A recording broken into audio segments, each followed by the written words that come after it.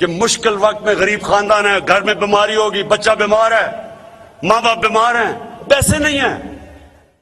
اب کسی کو فکر نہیں ہوگی کیونکہ آپ کے گھر میں 10 لاکھ کی ہیلتھ انشورنس ہوگی, کہیں بھی جا کے اپنا علاج کروا لیں. یہ سب سے بڑی ہماری کامیابی. پھر پناہ گاہ, اب سنیں پناہ گاہ. لوگ بیچارے مزدور یہاں سے جاتے تھے, باہر سے دیہاتوں سے جاتے تھے دیہڑی کرنے شہروں میں, تو سڑکوں کے اوپر سوتے تھے رات کو. سردیاں ہیں, ٹھنڈ کے اندر بیچارے سڑکوں پہ لیٹے ہوتے تھے کہ جی وہ کرایہ اگر دیں گے تو پیسے نہیں بچیں گے گھر میں اپنی بیوی بچوں کو بھیجنے کے لیے مزدوری کے. کبھی کسی نے نہیں سوچا کہ ان کے لیے کوئی پناہ گاہ بنائیں جا کے رات مفت ٹھہر سکیں, نہا دھو سکیں, کھانا ملے, تاکہ جو بھی پیسہ کمائیں وہ اپنے بیوی بچوں کو بھیجیں. انشاءاللہ پناہ گاہ کا میں ایک پورا نیٹ ورک بنا رہا ہوں سارے پاکستان میں. جدھر بھی مزدور جاتے ہیں ان سارے مزدوروں کے لیے ہم ٹھہرنے کے لیے پناہ گاہ شروع ہو گئی ہیں, بناتے جا رہے ہیں. اور انشاءاللہ ہر جگہ, تاکہ محنت کش سب سے زیادہ نوجوانوں, سب سے زیادہ اللہ پیار کرتا ہے محنت کش سے, جو سارا دن محنت کرتا ہے اور کما کے اپنے بچوں کا پیٹ پالتا ہے. ان کی سب سے پہلے میں نے مدد کرنی ہے پناہ گاہ سارے پاکستان میں بنا کے. پھر کامیاب پاکستان. اب 20 لاکھ غریب خاندانوں کے لیے پہلے تو 20 لاکھ روپے سود کے بغیر ہم قرضہ دے رہے ہیں اپنا گھر بنانے کے لیے. 20 لاکھ خاندانوں, ہر خاندان کے لیے اپنا گھر بنا سکتے ہیں. 5 لاکھ قرضہ ملے گا, کوئی اپنی دکان کھولیں, کوئی کاروبار کرے کسانوں کے لیے. ہر یہ 20 لاکھ خاندان. ادھر انہی لوگوں کے لیے ٹیکنیکل ایجوکیشن ایک فرد کو دیں گے. ہماری کوشش ہے کہ نیچے سے لوگوں کو اٹھائیں جو سب سے دنیا کی ریس میں پیچھے رہ گئے ہیں. پہلی دفعہ اس ملک کی تاریخ میں ہم ان لوگوں کو اوپر اٹھانے لگے ہیں. اور ہمارا احساس کا پروگرام ہے, مہنگائی کا دور ہے, عالمی طور پہ مہنگائی آئی ہوئی ہے. اس مہنگائی کے دور میں ہمارے احساس کا پروگرام ہے کہ 2 کروڑ خاندان کو, اس کا مطلب پاکستان میں 10 کروڑ لوگوں کو, ہم ہر خاندان کو 30% رعایت دلوائیں گے چینی, گھی اور آٹے کے اوپر, کہ کسی کریانہ کی سٹور میں جا کے 30% آپ کو کم ملے, تاکہ مہنگائی کا بوجھ کم ہو. اور میں آخر میں اپنے آنے والی نسلوں کو بتانا چاہتا ہوں کہ پہلی دفعہ ہے کسی نے پاکستان میں اپنے آنے والی نسلوں کا نہیں سوچا. اب پہلی دفعہ ہے کہ 10-50 سال کے بعد 10 بڑی بڑی ڈیمز بنا رہے ہیں پاکستان میں ہم. اس سے سستی بجلی ملے گی, پانی کے اوپر بجلی بنے گی, سستی بجلی. اور دوسری چیز کہ اس سے ہمارا جو پانی کا ریزروائر, پانی کے ریزرو وہ دگنے ہو جائیں گے, اور زیادہ زمین ہم کاشت پہ لے کے آئیں گے, اور زیادہ انشاءاللہ اناج بتائیں گے. یہ اپنے مستقبل کے لیے پہلی ڈیم ممن ڈیم انشاءاللہ 2025 میں, 2027 کے اندر داسو ڈیم, 2028 میں انشاءاللہ بادشاہ جو سب سے بڑی ڈیم بن رہی ہے. میں آخری 3 چیزیں, پہلی دفعہ کسی حکومت نے اپنی آنے والی نسلوں کے لیے ملک میں شجرکاری شروع کی, موسم کی تبدیلی کی جنگ لڑنے کے لیے. دنیا آج پاکستان کو سمجھتی ہے کہ جو کلائمیٹ چینج میں پاکستان نے قدم اٹھائے ہیں, برطانیہ کے پرائم منسٹر نے یونائٹڈ نیشنز میں مثال دی پاکستان کی کہ یہ وہ ملک ہے جو دنیا میں راستہ دکھا رہا ہے اپنی آنے والی نسلوں کے لیے. اور پھر جو میں آپ کے لیے, پختونخوا کے لیے لوگوں کو خاص طور پہ کہنا چاہتا ہوں کہ ٹورزم, یہ میرا آپ سے وعدہ ہے کہ پاکستان کو میں دنیا کا ٹورزم کا سینٹر بناؤں گا. شروع کر رہا ہوں میں سکردو سے. سکردو انشاءاللہ دنیا کا سکینگ کیپٹل بنے گا, انٹرنیشنل ایئرپورٹ بن چکا ہے. یہ وہ ملک ہے جس میں اللہ نے اتنا کچھ دیا ہے, لیکن جو لوگ اپنی چھٹیاں ساری لندن میں گزارے، ان کو کیا پتا کہ پاکستان میں اللہ نے کیا کیا نعمتیں دی ہیں. انشاءاللہ یہ اگر کرونا نہ ہوتا تو اب تک جو میں سوچ رہا ہوں کہ پاکستان ٹورزم کا دنیا کا سینٹر بن چکا ہوتا. انشاءاللہ میری یہ کوشش رہے گی کہ اس ملک کو دنیا کا سینٹر بناؤں.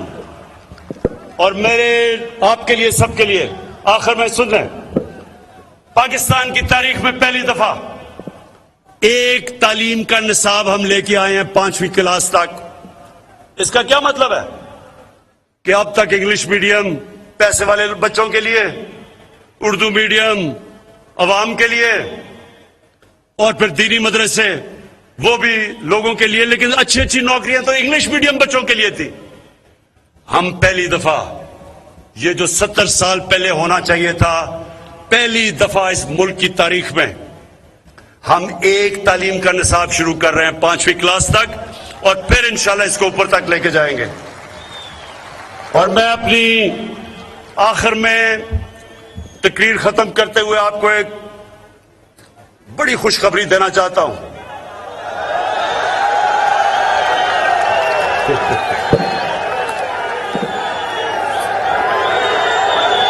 خوشخبری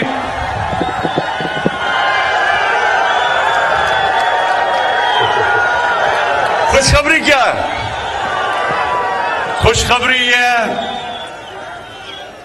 خوشخبری یہ ہے میرے نوجوانوں. اچھا نہیں، خوشخبری بعد میں چلاؤں گا، یہ پہلے بات کر دوں کہ میں نے پاکستان میں رحمت للعالمین اتھارٹی بنائی ہے. اس کا مقصد کہ اپنے بچوں کو نبی صلی اللہ علیہ وسلم کی سیرت، نبی کا راستہ، نبی کی زندگی، اس سے میں اپنی قوم کے کیریکٹر کو اٹھاؤں، اپنے لوگوں کو اچھے اور برے کی تمیز سکھاؤں. نبی صلی اللہ علیہ وسلم کی جو سیرت ہے وہ ہم اپنے سکولوں سے شروع کر رہے ہیں، یونیورسٹیز کے اندر ریسرچ کروا رہے ہیں، ڈیبیٹس کروائیں گے. میں صرف ایک چیز چاہتا ہوں کہ میرے ملک کے نوجوانوں کو پتا ہو کہ دنیا کا سب سے عظیم لیڈر نبی صلی اللہ علیہ وسلم، اس نے کیسے انسانوں کو تبدیل کیا تھا، اس نے کیسے مدینہ میں انسانوں کے کیریکٹر بدلے تھے، اس نے کیسے انسانوں کو تبدیل کر کے دنیا کی امامت کروائی تھی، اس نے کیسے چھوٹے سے لوگوں کو عظیم لوگ بنا دیا، اس نے کیسے، جو مولانا رومی کہتے ہیں، مولانا رومی کہتا ہے نوجوانوں، کہتا ہے اللہ انسانوں کو کہتا ہے کہ میں نے تو تمہیں پر دیے تھے، تو کیوں چونٹیوں کی طرح زمین پہ رینگ رہے ہو. نبی صلی اللہ علیہ وسلم نے انسانوں کو پر دے کے عظیم قوم بنایا تھا. یہ میرا مقصد ہے. یہ 70 سال پہلے رحمت اللہ عالمین اتھارٹی بننی چاہیے تھی، جو ہم نے اب بنائی ہے، اور انشاءاللہ تربیت کریں گے عظیم قوم بنانے کے لیے. تو جو میں آپ کو خوشخبری یہ سنا رہا ہوں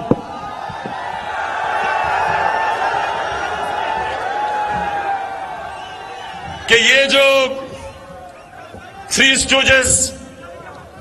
اسٹوجز کا مطلب، اسٹوج کا مطلب ہوتا غلام. یہ جو تینوں غلام ہیں، تھری اسٹوجز، انہوں نے بڑی زیادہ سازش کر کے، پیسہ اکٹھا کر کے، باہر کے لوگوں کے گھٹنے دبا دبو کے، پاؤں پکڑ کے، جوتے پالش کر کے، تو کہا کہ کسی طرح بس عمران خان کو، یہ دیکھیں نا، یہ تو آپ کی بات نہیں مانے گا، ہم آپ کے غلام ہیں، ہم آپ کی خدمت کریں گے. تو انہوں نے بڑا زور لگا کے یہ سازش کی. تو میں جو آخری ورلڈ کپ کھیلنے گیا تھا، نوجوانوں 5 ورلڈ کپ کھیلا تھا، 3 میں کپتان تھا. لیکن آخری ورلڈ کپ جانے سے پہلے آپ اخبار پڑھ نکال لیں، پرانے اخبار. میں نے جانے سے پہلے کہا تھا کہ یہ ورلڈ کپ میں جیت کے آؤں گا. میری وہ پرانی ٹیم سے پوچھ لیں، آدھے ورلڈ کپ کے اوپر ہم بالکل نیچے تھے. میری ٹیم گھبرائی ہوئی تھی کہ جی ہم واپس جائیں گے، انڈے ماریں گے لوگ. میں ان کو تب پوچھنے کا بھی ٹیم سے، میں سارا وقت ان کو کہا کہ یہ ورلڈ کپ ہم جیت کے آئیں گے. کامیابی تو اللہ دیتا ہے، کامیابی نوجوانوں اللہ دیتا ہے، لیکن میرا دل کہہ رہا ہے تھری اسٹوجز میری آج بات سن لو، یہ تم میچ بڑی بری طرح ہارنے لگے ہو.